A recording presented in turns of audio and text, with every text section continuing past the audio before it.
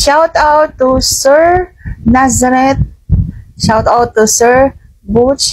Shout out to Sir Reynaldo Ronero, Renario, Reneboy, Antonio, at Sir Ronnie. Shout out sa inyo ng bonggam-bongga. Maraming salamat sa inyong palaging pagsubaybay. Nakikita ko po kayo diyan sa aking weekly spotlight.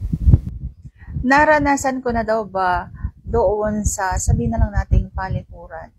Tinatanong sa atin ni Sir Pangyaw.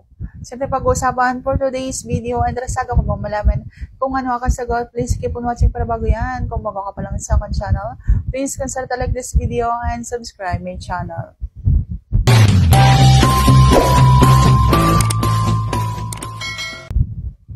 Ang sagot ko ay opo. Wala naman siguro akong hindi pa naranasan kasi naranasan ko na po lahat.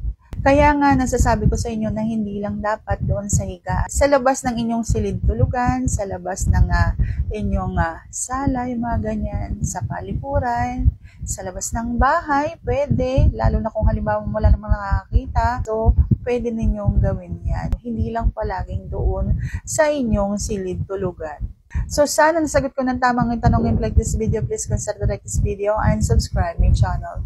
Thank you for watching. See you on my next vlog.